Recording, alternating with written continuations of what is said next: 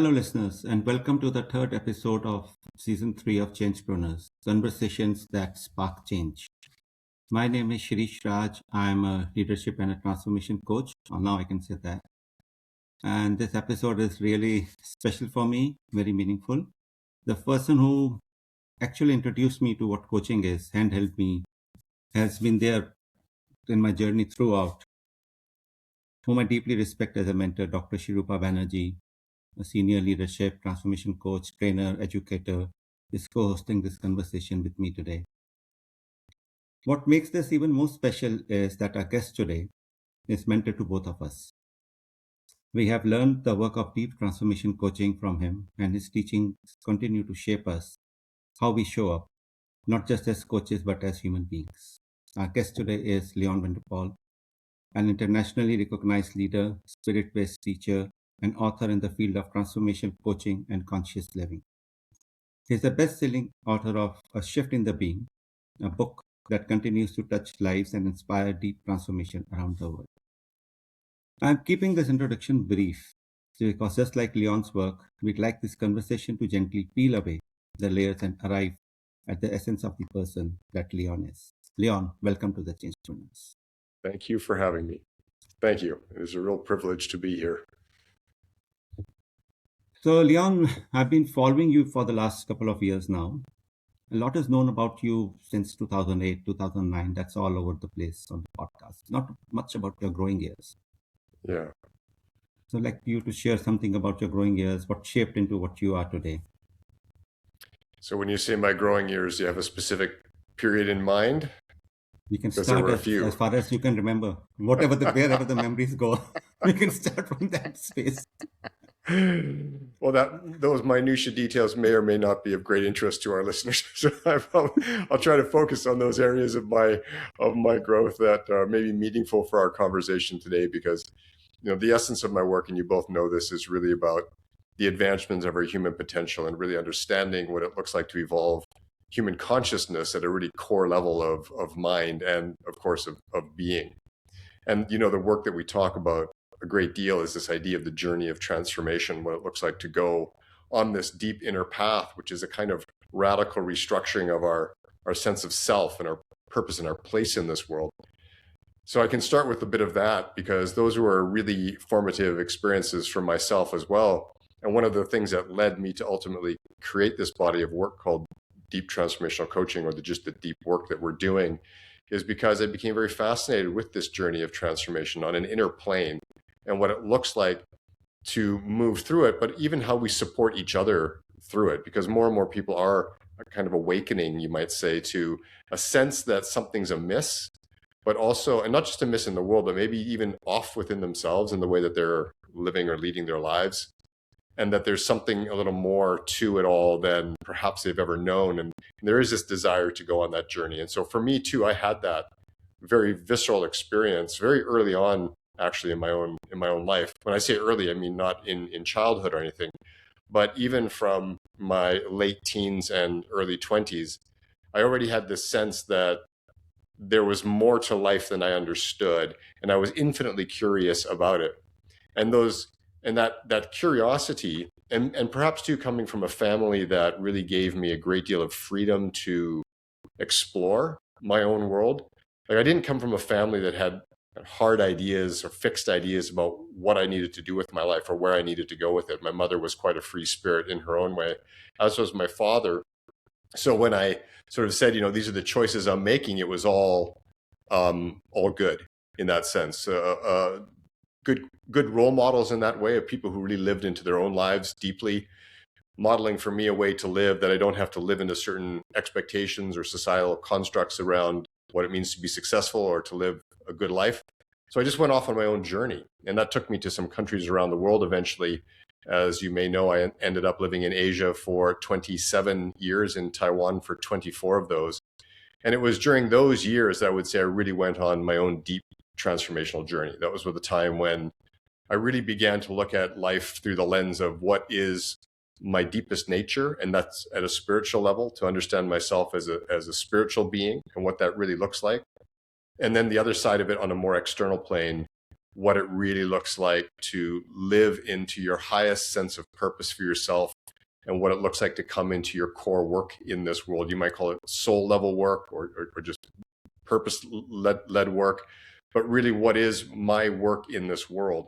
And that was a really, really challenging journey. I would say it was a 10 to 15 year journey that, takes us through the highs and the lows. It takes us into the core of ourself. There were many times when I sat on the couch shaking my fist at the universe, cursing it for why things weren't happening the way I wanted it to happen, or why they weren't happening faster as I expected them to.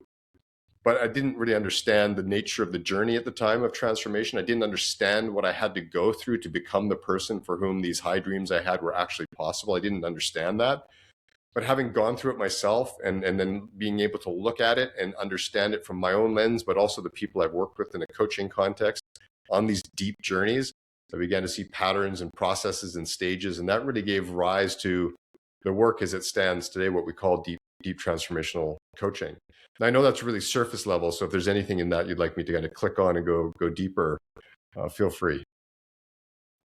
Yes. And there's so much that you've said. And as Suresh introduced that, we want to know more about your growing up years and your intent towards this particular work.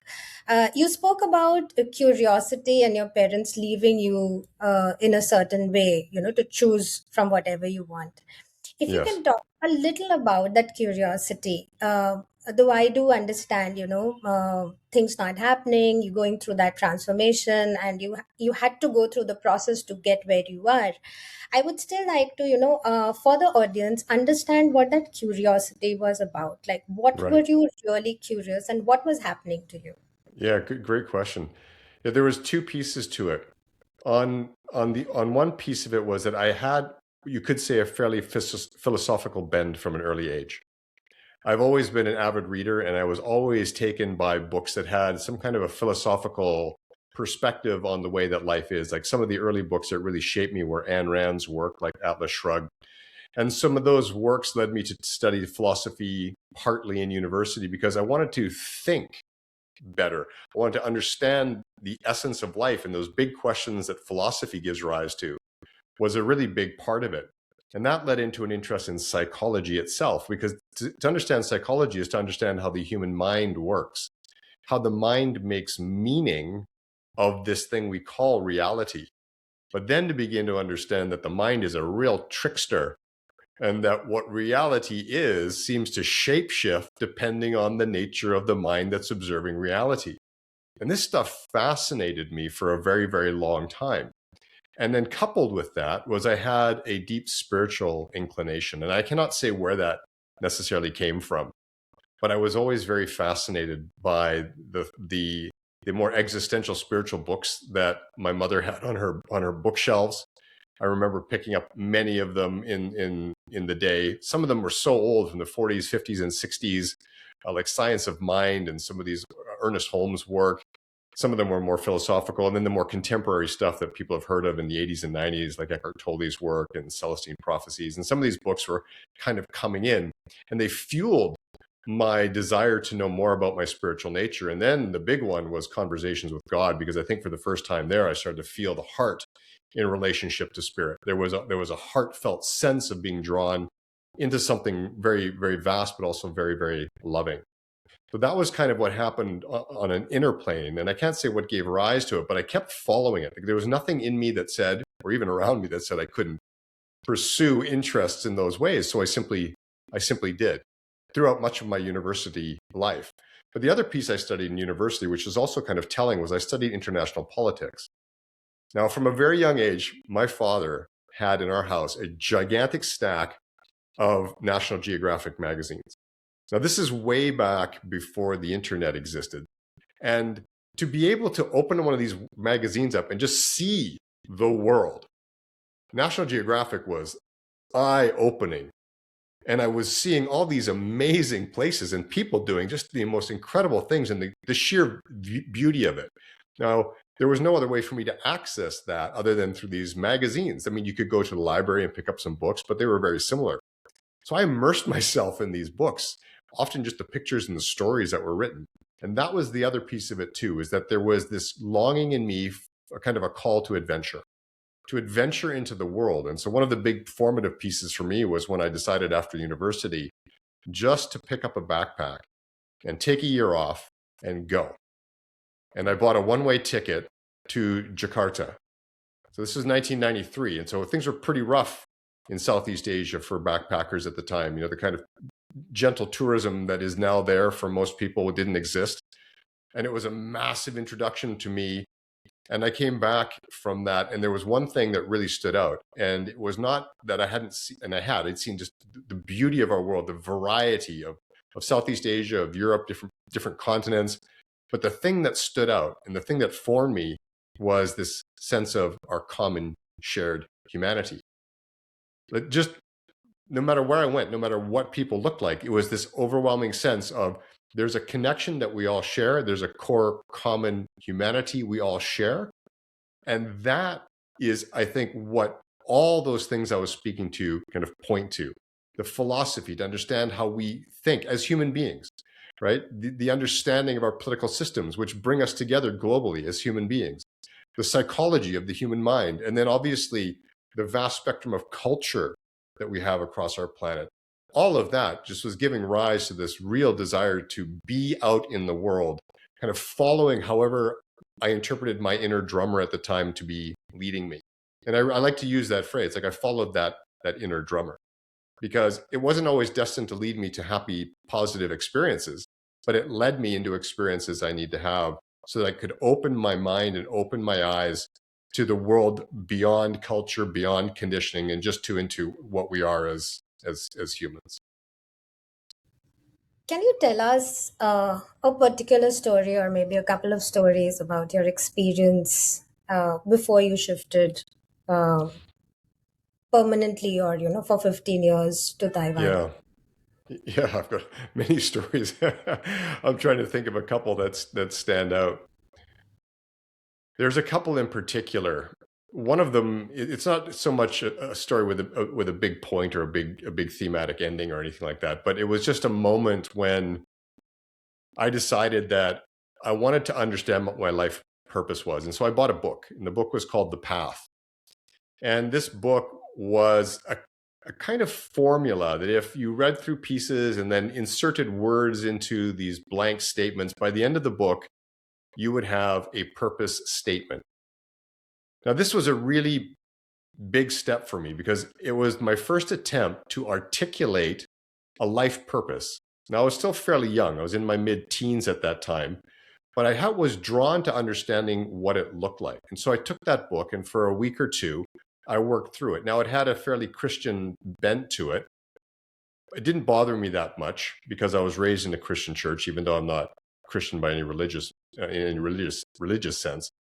But I went through it, and I eventually came up with this beautiful, beautiful purpose statement. And I remember I put that on my wall because this is now becoming my guiding light. What I didn't understand at the time, and this is what really got me, was I had thought that once I articulated my purpose, the world's my oyster. It's all good, right? It's there. It's on my wall. I just have to read it every day, visualize it, and it should just start happening like dominoes falling. The world will open. Rose petals will be literally scattered on the ground for me to walk on. And of course, none of that happened whatsoever. So the hardest part about understanding that big life lesson for me was that purpose is something that still emerges within. It is not something ultimately that I could follow a formula for. It was a helpful exercise. It took me to a place. But real purpose is an emergent process. And I didn't realize that at the time. And it emerges by doing the deep inner work that takes you closer to understanding yourself at a core essential level. And that was actually my work. So that's one little snippet of a story there. But I felt it carried a really important point for me because of the amount of time I spent in just sheer frustration at life not happening the way I wanted it to happen on my timetable and in my way. You know, that Steve Jobs speech about looking back and connecting the dots. Sure, it's very helpful to do that when you can look back and connect the dots. But when you're in the middle of it, when you're in the throes of a kind of existential crisis, shaking your fist at the universe is a big one. So I don't know if you want another little story, but that's kind of another one I can share if you would like. Up to you both. You're both nodding. Okay, I'll take that as a yes. When I was on my 30th birthday, and this is again before the kind of big shift happened, there's a game in the marketplace. I don't know if you've ever heard of it. It's actually called the Transformation Game.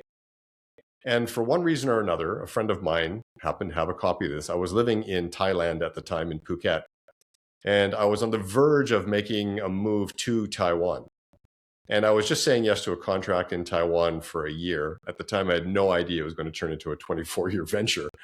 But I was with some friends, and they pulled out this game, and there were 4 of us that played it. And the purpose of the game is to really work through some of the questions of the transformational journey. And there's one point in it where you draw a card, and that card signifies your life for the next period to come. And coincidentally, I doubt it, I drew a card called Transformation. And I thought, oh, that's nice. Transformation. It's called the Transformational Game. I mean, that's nice. It didn't hit me at all that the entirety of my next 2 decades was going to be immersed in understanding what that meant. And this is what I then realized, or at least much later, was that we all have this definition of the word transformation. And oh my goodness, for the most part, are we off the mark, particularly when we talk about to transform oneself or to transform the world around us or to transform an organization, whatever it may be that we claim to be transforming. I realized I really didn't have an inkling of what it really meant to go on a transformational journey. I just thought, that's nice. Now, looking back on that years later, and I could see the patterns and the stages and the hardships and the turmoil and those trials and trials and trials that take you to the edge. That needs to happen for each of us who says yes to the transformational journey. But I just love to sit and wonder at myself at that young, tender age of 30, thinking I understood. Thinking that I understood, that I got this. It's all good. Let's go. And it was all good. But it was all done in a way that I could never have begun to foretell or foresee in my wildest dreams. Leon, you got me intrigued when you said you wrote down the purpose on the wall. Yeah. How close are you to that purpose? Are you still on that path, or it's some other purpose now? I lost that piece of paper probably about 20 years ago. And I don't recall its wording anymore. And to this day, I still kind of kick myself thinking, man, I really wish I'd kept it. I have a feeling I'm in a general ballpark because the outcome of that kind of a process is going to be something quite powerful and beautiful. And at the same time, it's going to be fairly generic. You know, it's not going to be saying something as specific as you're going to be a coach doing this and this. It's not going to be that. It's going to be something in service of something, doing something for humanity kind of something. So in that sense, in a very general way, I'm probably in the ballpark. But in a specific way, I just can't remember exactly what it said anymore. I have, what I continuously see is that when you got the purpose, it looked like a lot of happiness that, it's all set now. And similarly, when you got the card of transformation, it was the same, where, there was a happiness around it. So I sense this, whenever you reach a certain space, it's always very happy. Was the journey to the enlightenment journey to, figuring out this work of deep transformational coaching, was it as happy? Because I also hear a lot of struggles that have come up.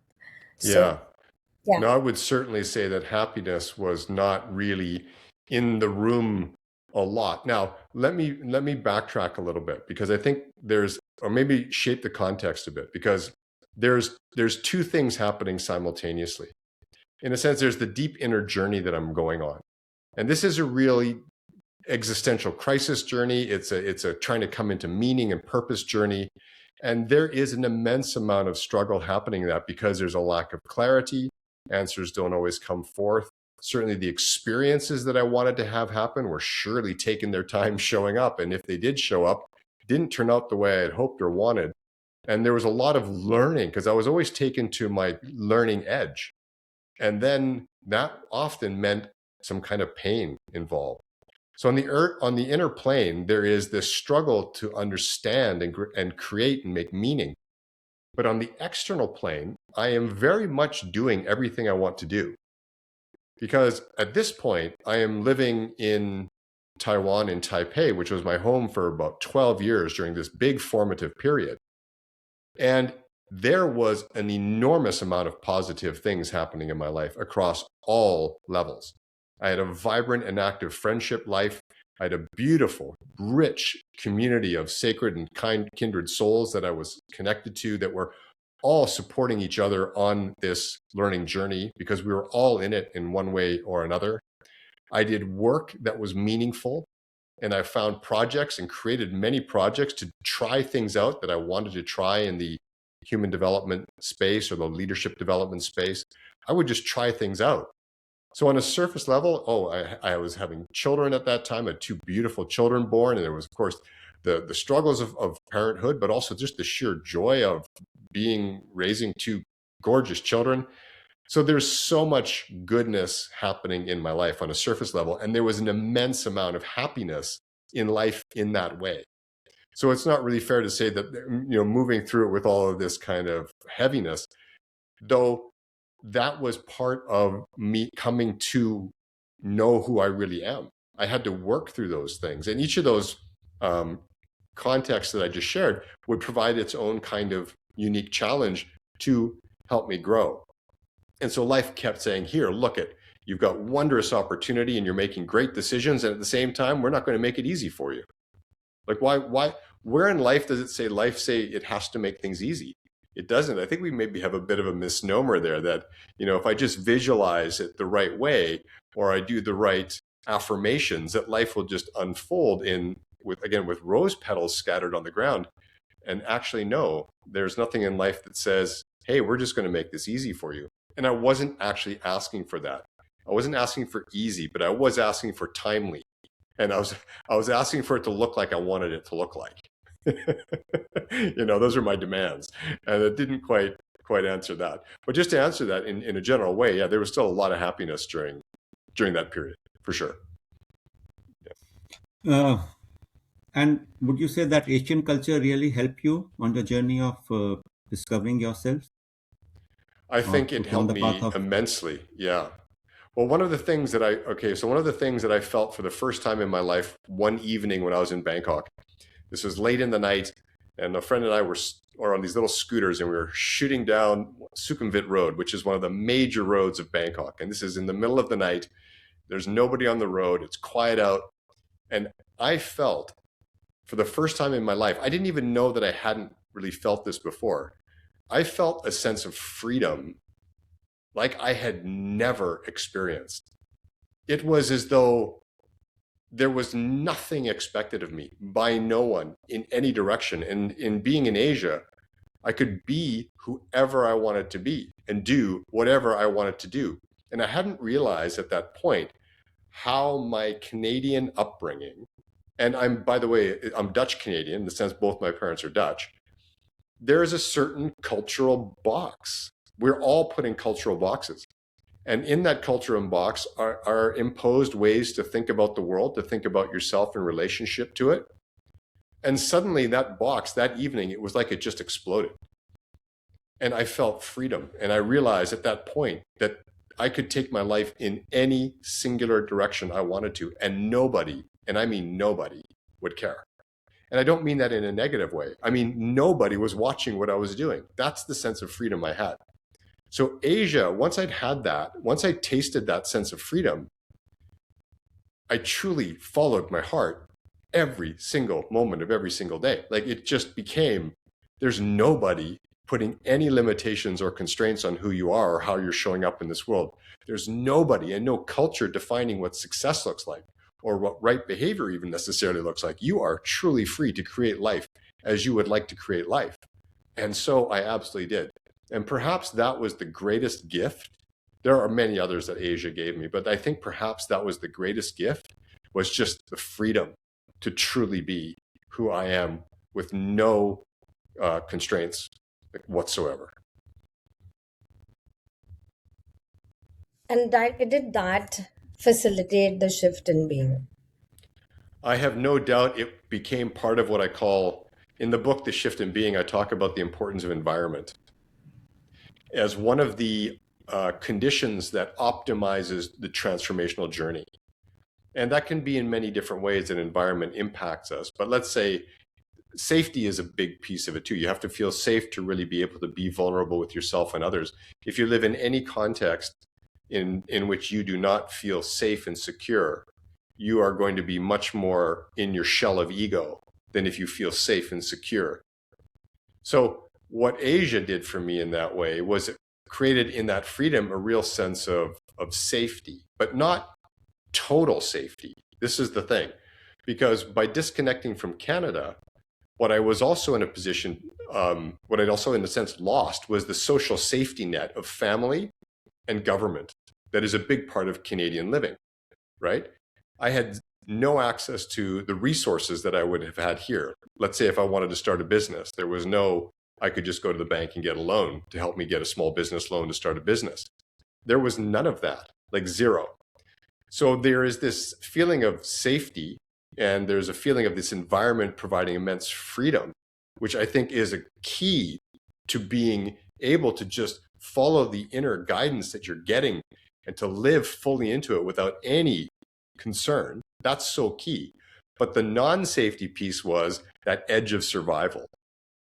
And the edge of survival for me helped propel me. It didn't kill me. It didn't wear me down. It propelled me into making sure that I was making wise and good decisions so that my future was, in a sense, bright. I certainly didn't want to end up, as I'd seen many, many foreigners go through, a kind of burnout, a spin out in Asian life.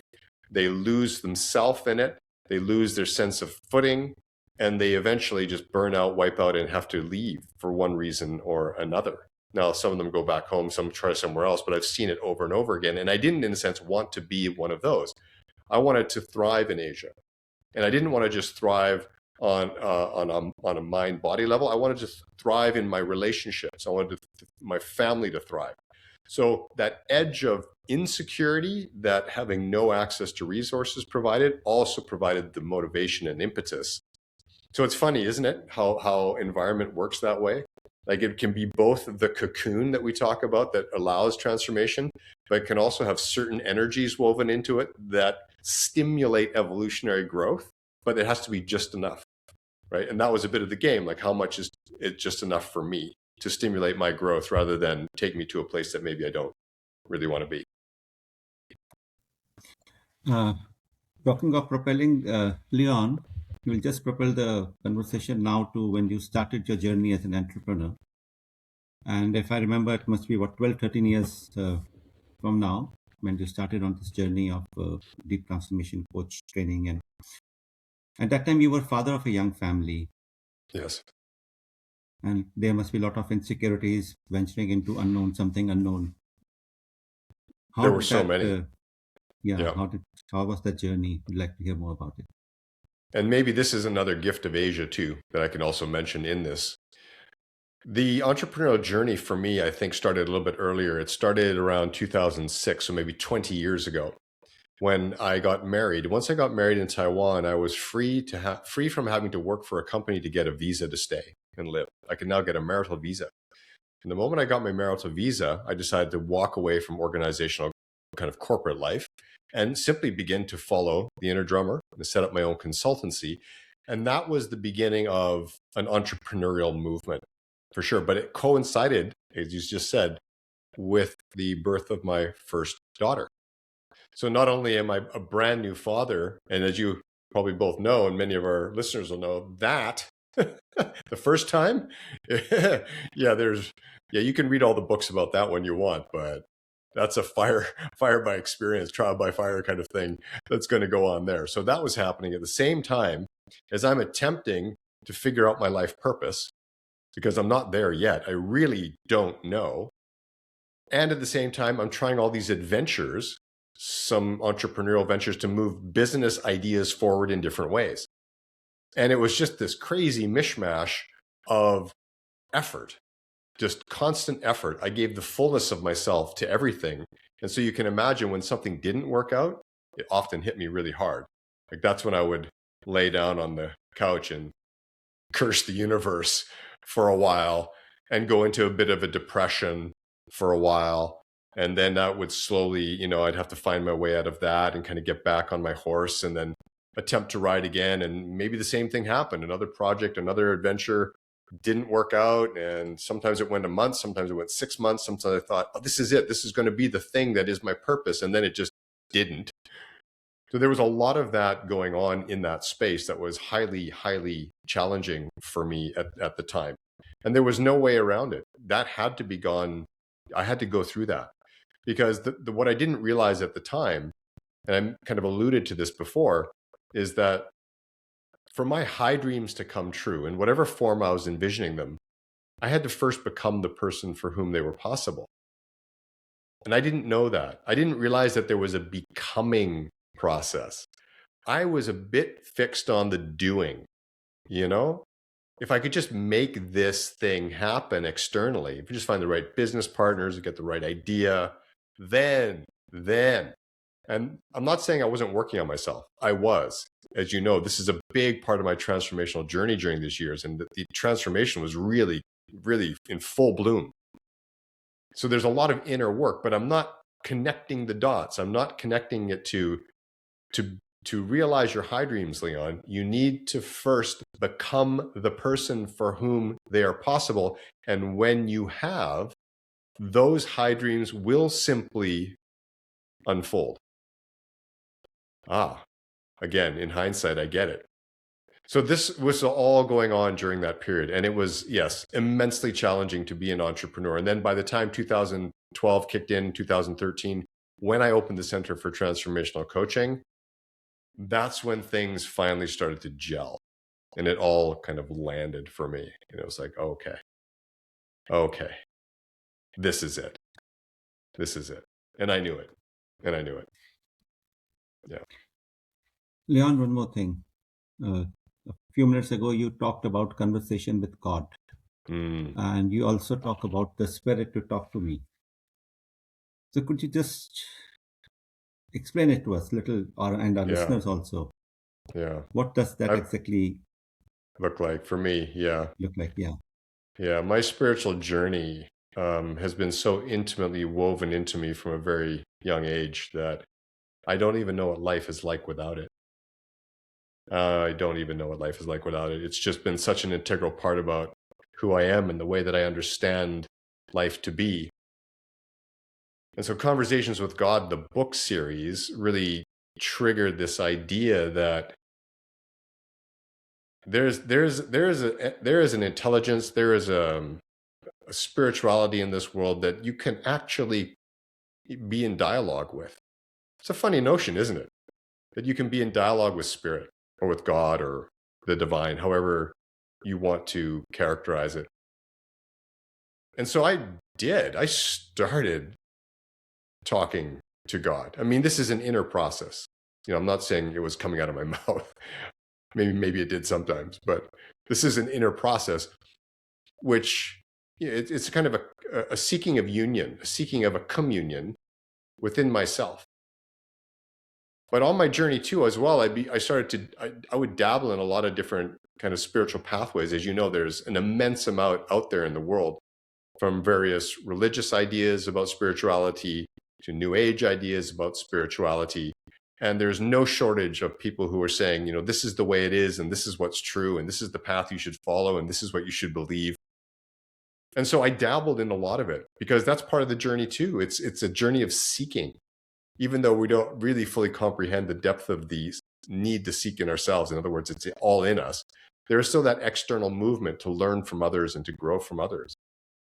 And a lot of that I just discarded because if it didn't resonate with me, if it didn't really sit with me as the way that I wanted to be in my own spirituality, because again, I'm free to define it in any way that I want, so that my own religion, if you would, be mine, just mine, that I realized I really enjoyed this idea of living a very spiritually infused life and feeling at some point that it actually became a kind of partnership with myself and spirit. that this is not just about me anymore. And this is a later learning, I should add, not just about me asking spirit for things like, say, can you guide me in this? Or can you show me the answer for this? And you can help me understand this. This is a kind of a requesting process of spirit, which again, perfectly normal, I believe, in people who are going on this journey, because many people are for the first time beginning to tap into their own sense of self at that deeper level. They're beginning to ask big existential questions about their relationship with life and spirit, and they're seeking by learning from others about what's all out there. So that was a really big part of it, this idea that I could request, ask, converse. The later learning became, this is just a partnership. I am, in a sense, some people use the word channel. I don't know if that's exactly what it is. I don't feel like I'm channeling anything as though some entity is coming through me per se, but it feels like I've landed in a place where all I want to do is co-create with that intelligence that we're calling spiritual intelligence. We could call it the intelligence of love consciousness. We could call it God, divine. Again, these words, they don't always do it justice. It just feels to me that everything now is simply a co-creative partnership. And do I still ask for guidance and insight? Absolutely, because decisions aren't always clear, pathways forward not always immediately visible. I have to ask for patience at times. I have to ask for foresight and forbearance and all those wonderful qualities of spirit that kind of are within the fabric of life. And if I call those into me, I find that they fill me. If I need compassion, I can request that they come forth within me in different ways. But at the end of the day, it now feels much more like this just intertwined, ongoing connection with spirit, so much so that I'm walking in a partnership stance, that there is nothing that I create that is not of spirit, and that there is nothing that is in spirit that is not of me putting myself into it in that full way. So yeah, I'm not sure if that quite answered your question, but it's where I am these days.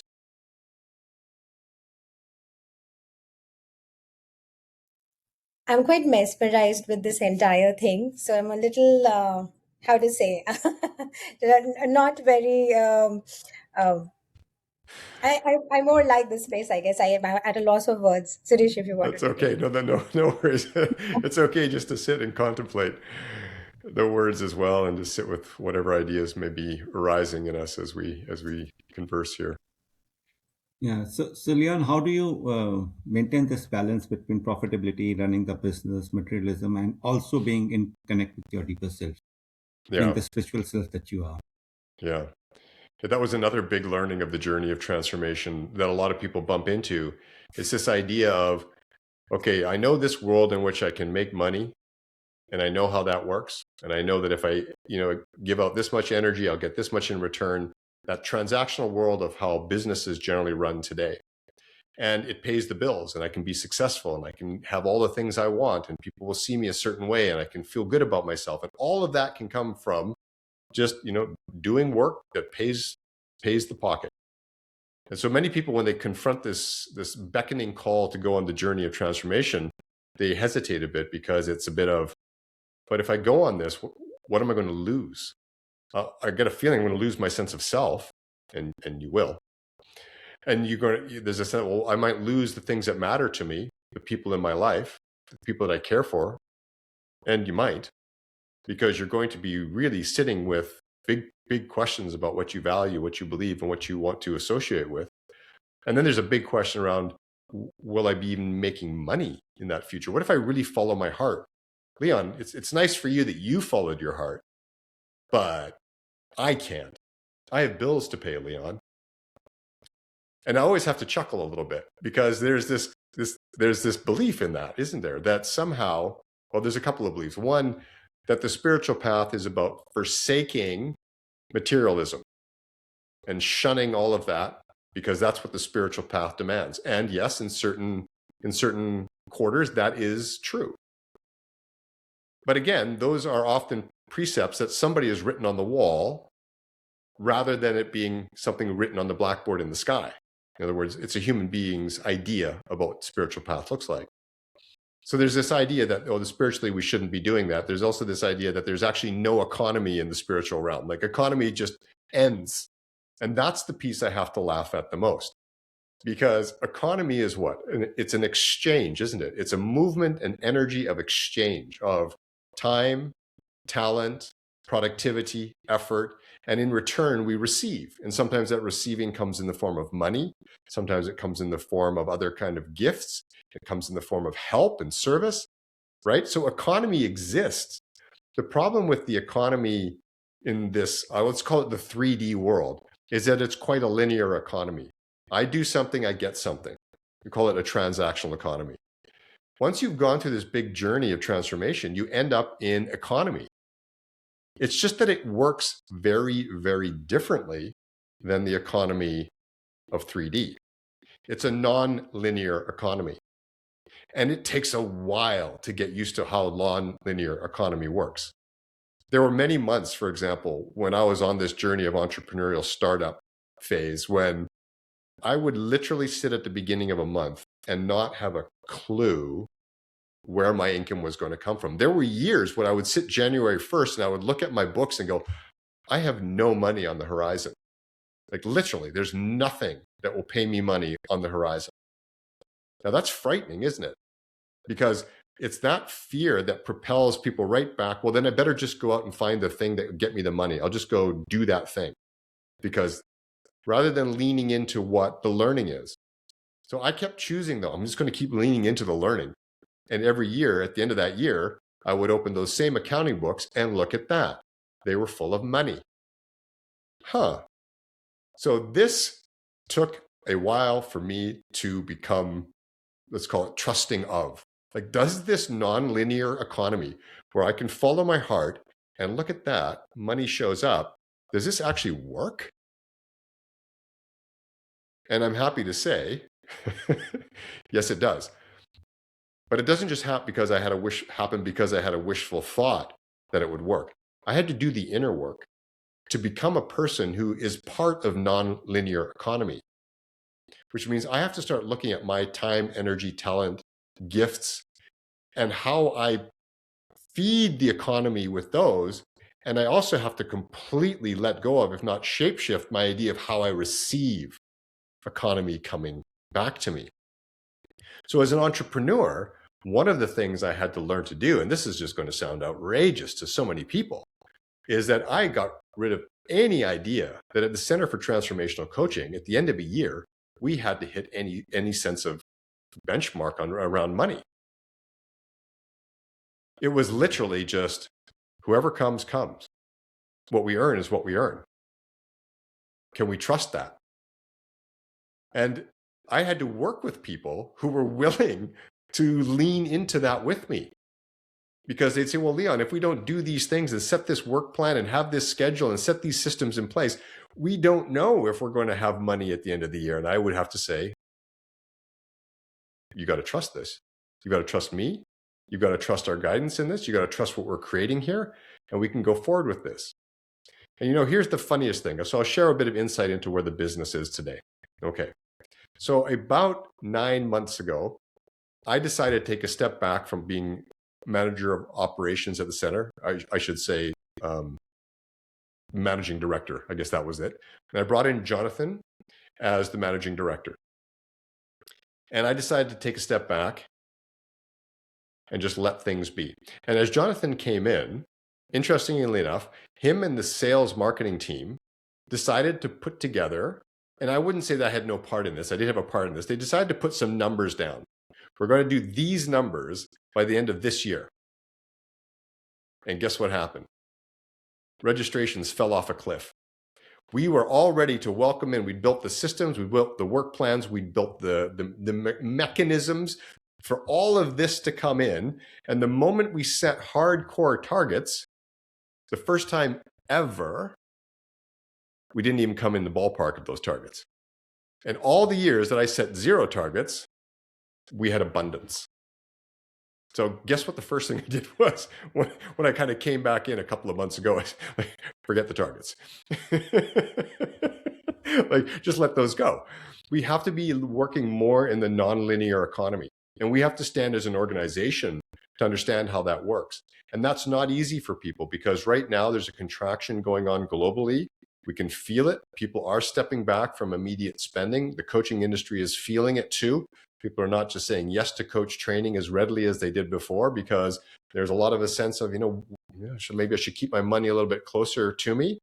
So it affects people in our organization if we're just going to lean into this idea of nonlinear economy, because linear economy looks good on paper and it provides a sense of security. You're going to get a paycheck each month. It's going to look like this, and it's going to be every month for this many months. That kind of thing, that's linear economy. So what I've had to learn to do is kind of navigate these worlds, because we work with people, of course, who have that mindset. It's natural. It's going to be there. But at the same time, to understand how do we better live in this world of nonlinear economy, trusting that when we truly act from that deepest part of ourselves that is in purpose and in service, that the world begins to shapeshift to meet our needs in ways that are often really, really unexpected. Amazing. And I think this is one of the key learnings that I have had when I did my transformational coaching. A good time to get into the corporate and the linear economy and the transactional based space where people are leaders are continuously doing. They Right. aren't. They don't have the time to be. So yes, and Yeah. it is, and there are targets and they're running behind those and they're getting paid. It's all very transactional. Yeah. What is there in your book which is different from all of this?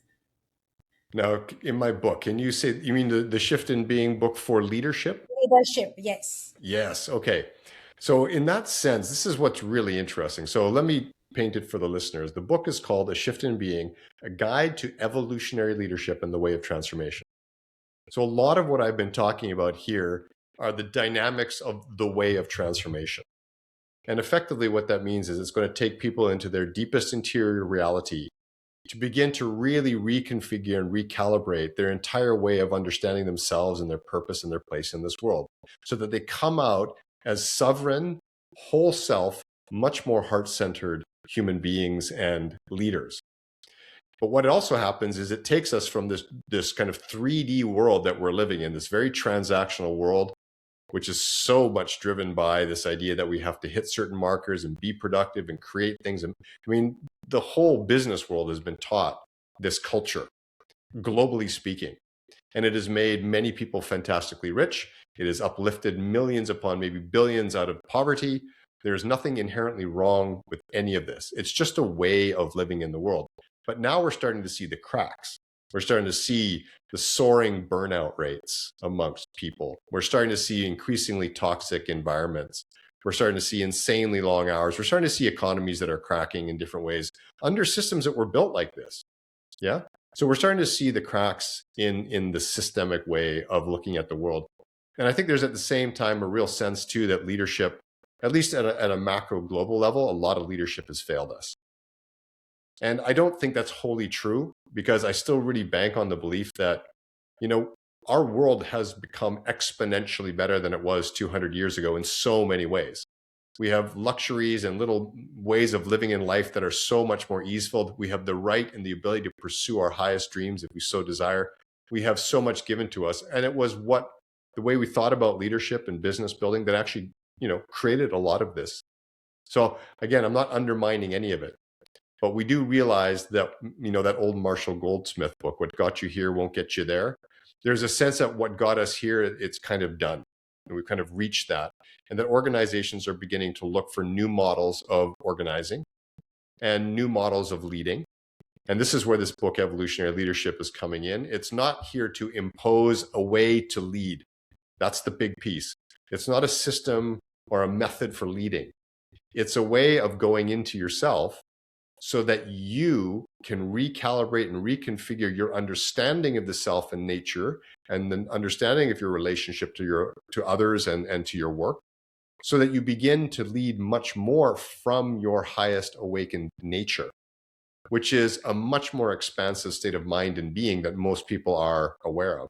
In essence, we're taking us beyond the ego consciousness into a much more vast playing field we could call love or heart consciousness, which is really an intelligence. I don't know if everybody grasps that, Often this word love is equated with emotion, but what I'm really pointing to is the intelligence of this. And so much more are we inviting people into understanding that as a paradigm. But the paradigm is only accessed through the self. And then the way that you ultimately start to show up in your organizations is not something that is prescribed, it's emergent. In other words, you start to listen to what wants to come forth in you as a leader, and you begin to act from that in trust and security and a sense of knowing that that is the way forward. And there's a much greater sense of unity with other people in that. So these evolutionary leaders want to really uplift others as a collective mechanism versus just getting things done and rewarding people for good work. They truly want to see people thrive at a core level. And all of that's coming because their own inner sense has been renewed and they're beginning to see life with much wider lenses and much more vibrant ways of understanding the nature of work and leadership. So I know that's a bit vague and out there, but yeah, that's the essence of it. I just want to understand that, say, there is a calling for a leader to go through this process, and they Okay. do. But the environment that we spoke about, where the environment plays a great role in Yes. bringing about the change, Yes. that is not changing. Right. Is there anything in the book that we can look forward to in terms of, how to exist in an environment which is definitely not going to change because you want to change internally or you have a calling? Yes. Yes. Good question. So no, the book does not specifically address that in that way by saying, okay, here's a toxic environment or here's a challenging environment, and here's what you need to be doing to move yourself into one that's perhaps different. Instead, it's still the inner pathway. So we know, from the coaching version of the book, we're working with transformative practice. And one of the practices is cultivate healing spaces. So this reminded me too of a client that I once had, and she was working for one of the I think it was UPS, one of these giant logistics firms. And I remember her coming to our coaching conversations, and she said to me, every day I go to work, I just feel like a fighter on the ropes. Like every day, it's just barely enough in me to take the blows, to get off the ropes and go sit down in the corner and rest for a little bit, because the next day I got to get up. And I'm doing this work with you, Leon, and I'm doing this work on myself, or at least I'm trying to do this work on myself. But in reality is, every time I get to work, I'm just beaten again by the system, by the people, by the demands, by the expectations. And she was exhausted. And you could hear it. She was utterly exhausted in that. So the work that I was doing with her wasn't about how to make your workplace different, because ultimately she felt she had no power over that. And that's what happens is many people start to feel like they don't really have the power to impact their environment at work. It is what it is. The culture is what it is. The way people engage with each other is there's nothing I can do. Now, I'm not saying that that's totally true, right? It's still a belief that people carry. But our work in that moment wasn't to just shift that and say, no, there are things you can do, because that's not the work. The work is to go inside to her and really look at the deeper questions around her life and the way she is making meaning. And so where do we land? We land on this. I'm only in this job because I am very, very frightened of what will happen to finances in my home if I walk away. Okay. That's a whole different conversation, because now we're starting to work on the ego patterns, the patterns of fear. And if we can work at that level, we don't necessarily know what's going to come out of it. There's a few different pathways things could go. If you start to work on that fear, to really let that go, first you might decide, I'm going to stay in this place. I'm not going to be afraid of the people that I keep encountering every day. I'm going to begin to stand much more fully in my strength as a leader for my values and the way I believe things ought to be done in this world. Okay, great. It's coming from a strength of core self, and it's fearless in nature. But the other decision might be, what am I doing in this job? There's something else I want to be doing over there that is so much more exciting, and it pays less. But it makes my heart sing to think about me doing it. So doing that deep inner work, which is what the book is inviting leaders to do, starts to expose or illuminate core level thought of mind. Because once we get really, really honest with ourselves, that's when we start to make change at that core level. We don't know what's going to happen in the environments in which we exist. And that's why I want to make sure that the book isn't pointing at, well, this is what we need to do. But it may be that she is one of those things is I'm going to stay where I am and I'm going to start to work on the culture. I'm going to start being more decent to my teams. I'm going to show up more rested and less strained, and I'm going to start speaking kindly. I am going to choose to become a more impactful leader. You know what I mean? Because she's working on those core structures of mind. And that's really where the book is wanting to go. Yeah, that's wonderful, Leon. But I've faced this practical challenge with a few of my clients, where they've changed their approach of taking work. They've changed their approach of dealing with their subordinates, their team.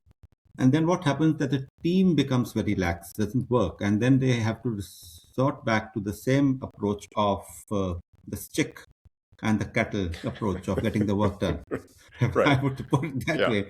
And they say, and this was last week, the coaching conversation that I had to call them back in my cabin, ask them to open their laptops, sit in front of me and work.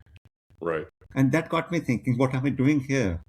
Here I'm coaching this person, slowing down, a change of approach, try to understand where the other person is, that shift in their being, and again, that is not working for him in real terms, in real life. So how do we go about it? I don't have an answer for that. I really don't, because it's a complex situation in which I would have to know a lot more about how it's all unfolding, particularly what's happening with that person truly at a core level of mind. Where is that person still operating from fear? Where is that person still operating from the idea that command and control is more effective than another form of leadership? Why are they still banking on that? What are the pressures upon that leader truly believes they cannot impact themselves so that those pressures remain? It may be just should have to hit certain KPIs or certain markers, those kind of pressures. So there's so much going on for that particular individual that I cannot say what the answer is. All I know is that the answers don't necessarily lie in opening a book that tells you the strategy. At least that's not the way of evolutionary leadership. The evolutionary leader doesn't open the book that says, okay, in this exact situation, these are your moves. Here you can do this, this, this, or this, because that's more prescribed behavior. And if anything, what I'm trying to do with this work is to get people to listen less to the outside world, to stop seeking all of your answers outside of you, and to start to listen to yourself, truly listen to yourself. Come to know yourself at a core level, particularly in those places where you are still operating out of fear and out of shadow, out of doubt, out of worry, out of concern, all of those pieces that just have a grip on your mind that lead you to believe certain things about yourself and the way that you need to work with people, and start to really do the hard work of looking at what it looks like to evolve, truly evolve beyond that into a much broader playing field of personal possibility, and to own that space, to be a sovereign human being, to operate from the fullness of yourself. And then when you do, notice how you handle that situation. And it's going to be remarkably different than if you're contracted and small and gripped by something. Remarkably different. It's going to be about presence and being and vast awareness and attunement and connection and being able to respond into these emergent possibilities. Right now, a guy like that is probably not even connecting with any of that. It's just passing him by. Maybe in a session with you for a moment, he touches something, but then he goes back to work, kind of like my client. They touch something and they go back to work, and the environment just shoots it all out the window again, because they're not deeply, deeply rooted in that much greater sense of self and possibility. And so they're still acting from, if you might say, a constricted small self. So it's really hard for me to answer that question without, really knowing that individual. So how does one sustain that shift that comes in a coaching conversation? That's the penultimate question. In a sense, you want to really, really learn that, how do you sustain the shift? This is a great coaching question that I think all deep coaches who are doing the deep transformational coaching work should be having with their clients. Again, the challenge comes down to many clients will then think it's a problem to be solved. Oh, I just need to, again, bring my linear mind to problem solving, this idea of sustaining more expansive, authentic ways of being in this world. But it's not a problem to be solved because, again, it's an emergent thing. Ways of being are sustained because you're in your practice. So as leaders, we need to be in our practice. And if you're not in your practice, then you are not really equipping yourself for what it will take to lead into the future. So to be in your practice, now what that practice looks like, of course, a shift in being, we talk about 9 practices. And in the Evolutionary book, they're contextualized as practices that enable transformation so that evolutionary leadership emerges from within. It's not something you go for, and it's not achieved by mimicking the behaviors of other evolutionary leaders, though that can help you understand a little bit. It really is something that emerges from within because you're in your practice and you're doing your work as often as it takes. And for me, the harsher the environment, the more we need to be in our practice. It's like that old saying that with the monk. I don't know if you guys have heard this one. The monk says, you should meditate an hour every day, except when you're busy. Then you should meditate 2. Now this is exactly it. You should be in your practice every day, except when you're overwhelmed and tired and exhausted and fatigued. Then you should be in your practice even more. And people are like, well, I don't have time for my practice. But that's the issue. If we're going to be these kinds of leaders and we're not in our practice, then we're not equipped to lead into the VUCA world that's now coming on pretty strongly.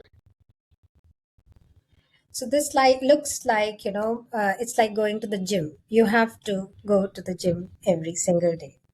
It Yeah. has to be, you cannot, it's a change in lifestyle. It's the change in Right. thought process. That's why that's a shift in being. It's not That's a it. quick fix that you Right. get over. Like, you can do it for 10 days and then everything is going to get solved.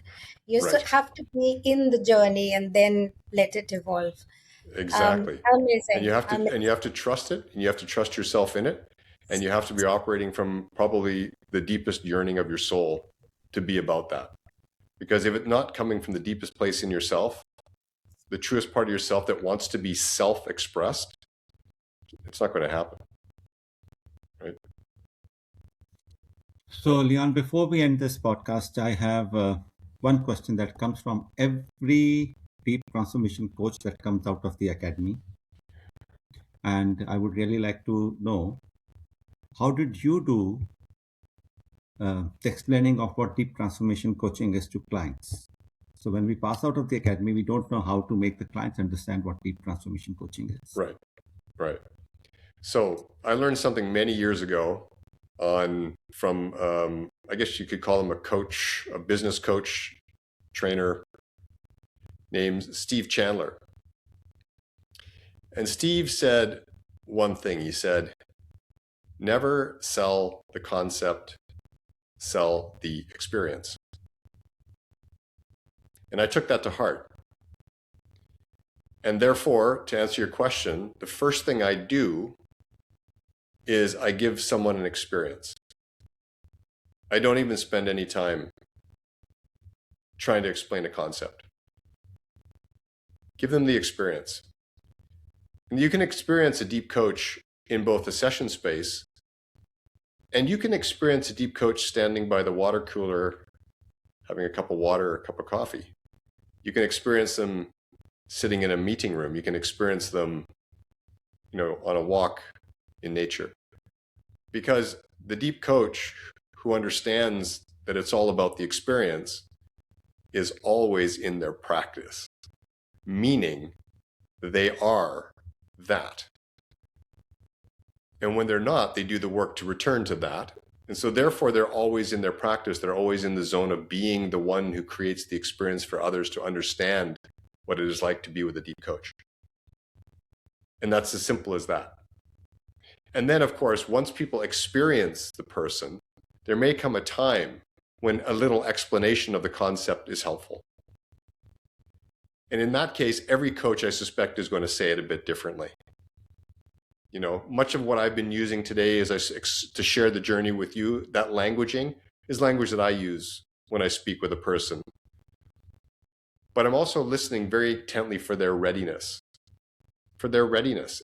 The person that I'm talking to, if I say, this work that takes us into this deeper part of ourself, where we really start to understand how our mind creates our reality and makes meaning, and I watch their eyes glaze over, like, what?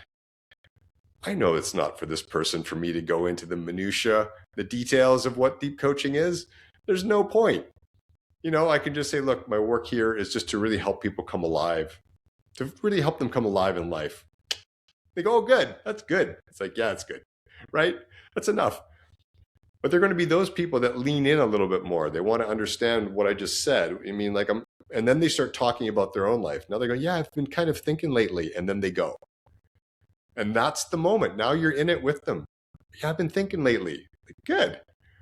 Let me think with you. And again, you're in the experience, but you may also be dropping small bits and pieces about what they're experiencing and how coaching supports that. And that's how you basically do it. I don't think there's really any other way. I mean, if there is, somebody, please tell me.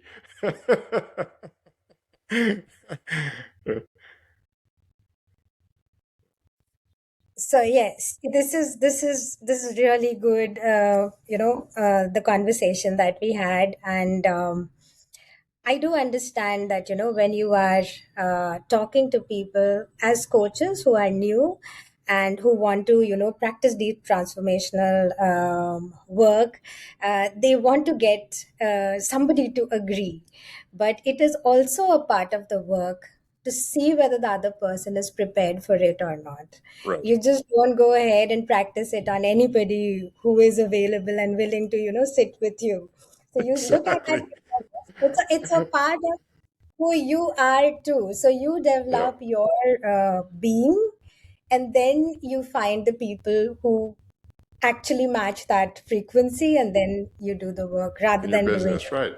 And you might not even call yourself a deep coach, because Yeah. that might not be the frequency words that really resonate with the people that you're trying to reach or that reach out to you. Okay. Yes. Call Yes. yourself the fluffy cloud coach. Doesn't matter. It doesn't matter, right? You're in your practice, you are the work. And that's the Yes. same with evolutionary leadership. You're in your practice and you are the work, and you stand for that work in the world. It doesn't mean you're always telling people all about it. You are that, and people sense it in you. And that's what evolutionary leadership is as a potential. It is a way of being in this world to which other people can orient, because they're going to see in you something that they aspire to in themselves. And that would need a lot of patience and work on yourself to be there, hold it, because we are Yeah, learning something. Whenever we get into something, we are learning so that, it's skill oriented.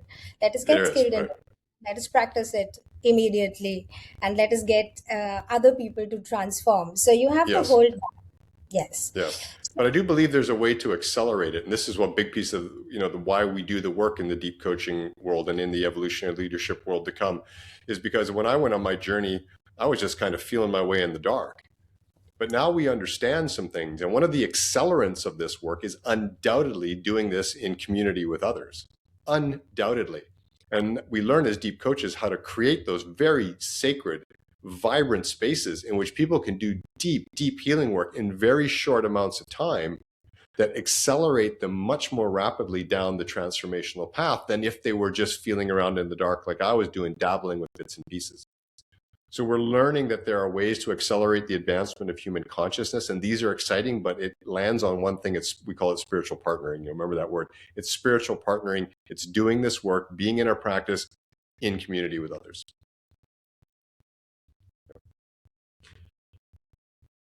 Sirish, do you have anything? Yeah.